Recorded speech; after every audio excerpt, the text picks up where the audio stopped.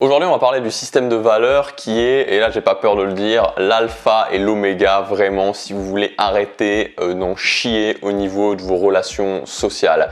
Si les relations sociales ça ne fonctionne pas, si on ne vous respecte pas, si vous n'êtes pas vu comme quelqu'un de charismatique, en regardant cette vidéo, vous allez voir que ça va régler énormément de vos problèmes. En tout cas, ça va vous permettre vraiment de comprendre pourquoi ça ne fonctionne pas pour vous. Pourquoi il y a des gens qui n'y arrivent pas au niveau des relations sociales, que ce soit dans les relations de groupe, que ce soit quand ils sont étudiants en classe, que ce soit dans leurs relations amicales, que ce soit avec qui n'arrivent pas non plus à avoir des copains, des copines, des petites amies, des relations amoureuses.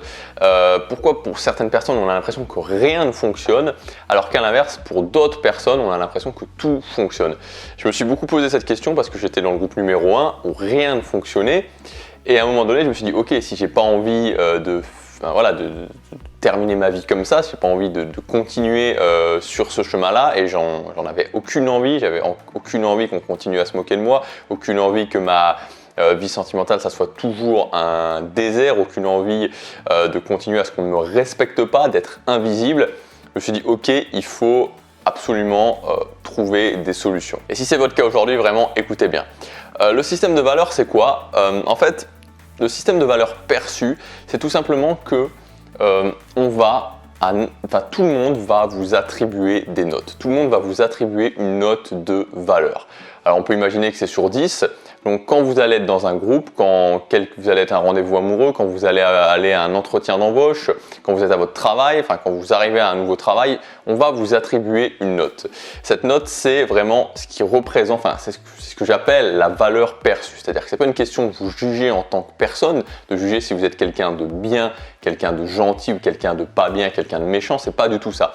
C'est simplement que en tant qu'être humain, on se juge par certains aspects de ce qu'on est, de ce qu'on fait, de ce qu'on dit, et donc ça donne une valeur. Je vais vous donner un exemple tout simple. Si vous roulez dans une voiture d'occasion qui a 20 ans, ou si vous roulez en Rolls-Royce, votre valeur perçue ne sera pas du tout la même. Encore une fois, ça ne veut pas dire qu'il y en a un qui est plus gentil que l'autre ou un qui est plus méchant que l'autre, ça veut dire que la valeur perçue ne sera pas la même. Et pourquoi ça nous intéresse cette valeur perçue? Tout simplement parce que les gens vont agir totalement différemment, je vous le dis clairement, avec vous, suivant qui vous considèrent comme quelqu'un de haute valeur, donc quelqu'un à qui ils vont attribuer un 8, un 9 sur 10 en termes de valeur perçue, ou quelqu'un qui vont considérer comme quelqu'un de basse valeur, à qui ils vont attribuer un 1 ou un 2. Les gens de haute valeur, typiquement, c'est des gens qu'on va respecter, c'est-à-dire qu'il y aura un respect. Par devant, on va les respecter, on va donner de l'importance à leur avis. Alors par derrière, le revers de la médaille, évidemment, c'est qu'en général, les gens de haute valeur seront largement critiqués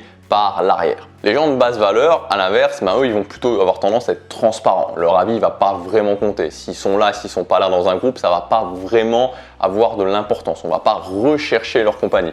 Et en général, si on se doit se moquer d'eux, si on doit les dénigrer, on va le faire généralement par l'avant. Je sais que c'est une règle un petit peu brutale.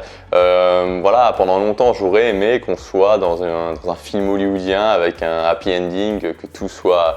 que ça ne se passe pas comme ça. Malheureusement, les relations, malheureusement ou heureusement, je sais pas si finalement c'est si négatif que ça, mais en tout cas, c'est la règle de fonctionnement des relations sociales en tant qu'être humain. Je pense qu'on a déjà pas mal évolué par rapport aux animaux. Je pense qu'il y a quand même beaucoup plus d'humanité. Malgré tout, ça reste une règle qui est un petit peu brutale et ça reste une règle que vous pouvez rejeter, mais que vous la rejetiez ou pas, de toute façon, elle s'appliquera. Donc la vraie question que vous devez vous poser aujourd'hui, c'est dans quelle catégorie vous voulez être. Est-ce que vous voulez être dans les gens qui vont avoir une haute valeur perçue ou est-ce que vous voulez être dans les gens qui vont avoir une basse valeur perçue? Comment on va faire finalement pour justement être dans une catégorie ou dans l'autre?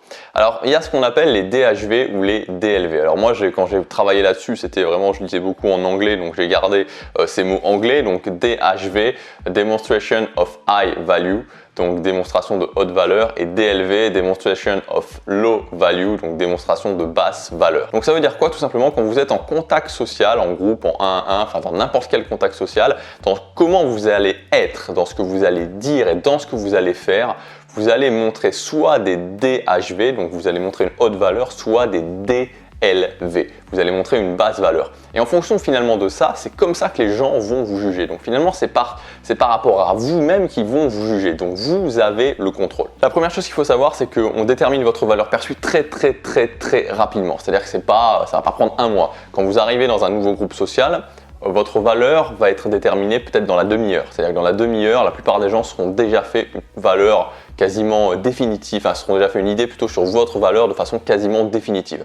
Donc c'est quelque chose qui est juste génial parce que ça veut dire que quand vous arrivez dans un nouveau groupe, si vous faites, ou quand vous rencontrez une nouvelle personne, par exemple, quand vous rencontrez quelqu'un, je sais pas, pour un rendez-vous amoureux ou même des amis, ou bon, peu importe, ce qui est juste génial, c'est que sur la première demi-heure, si vous faites bien le job, vous pouvez facilement démontrer une très haute valeur, démontrer une plus haute valeur que vous auriez en réalité. C'est ça que je veux dire. C'est-à-dire que c'est assez facile quand on rencontre de nouvelles personnes justement de démontrer une haute valeur quand on sait comment s'y prendre parce que cette valeur se détermine assez vite et passer la première demi-heure, à moins que vous vous mettiez vraiment à faire n'importe quoi, c'est-à-dire que vous ne soyez plus du tout cohérent, que vous agissiez plus du tout comme vous l'avez fait avant. Sinon, ça sera, après, la façon dont la façon dont les gens vous auront évalué au départ va perdurer dans le temps. Alors maintenant, pour être plus concret, quelques exemples de DHV, donc haute valeur, démonstration de haute valeur, et quelques exemples de DLV, donc démonstration de basse valeur. Donc qu'est-ce qu'il y a comme DHV? Qu'est-ce qui va permettre que vous démontriez une haute valeur? Premièrement, il y a ce qu'on est. Donc comme je vous dis, l'image. Le fait d'avoir une bonne image, le fait de s'entretenir physiquement, le fait de bien s'habiller, le fait de faire attention à son apparence en général, c'est une démonstration de haute valeur. Pourquoi? Tout simplement parce que c'est beaucoup plus difficile de se prendre en main, c'est beaucoup plus difficile de faire du sport, c'est beaucoup plus difficile de faire attention à ce qu'on mange plutôt que d'aller sur son canapé, de manger des pop-corn en regardant la télé. Donc tout simplement pour ça, c'est une démonstration de haute valeur. Si vous avez une belle image, vous allez démontrer, et ça c'est juste génial parce que c'est banco quoi. Je veux dire, vous le faites au quotidien, mais après ça interviendra dans chacune de vos relations sociales, vous allez démontrer une haute valeur. Avoir des buts dans la vie, avoir des buts et se battre pour ses buts, se battre pour ses objectifs, c'est aussi une démonstration de haute valeur. Encore une fois, c'est beaucoup plus facile de se dire qu'on n'y peut rien, qu'on n'a pas un métier qu'on aime, qu'on n'a pas une vie qu'on aime et qu'on n'y peut rien. C'est beaucoup plus facile, basse valeur, que justement de prendre la responsabilité et de se battre au quotidien, haute valeur. Le fait de se respecter soi-même, démonstration de haute valeur. Donc ça passe par exemple, comme je vous l'ai dit dans une vidéo précédente, sur le fait de mettre des limites aux autres. Vous n'acceptez pas que les autres vous manquent de respect parce que vous vous respectez.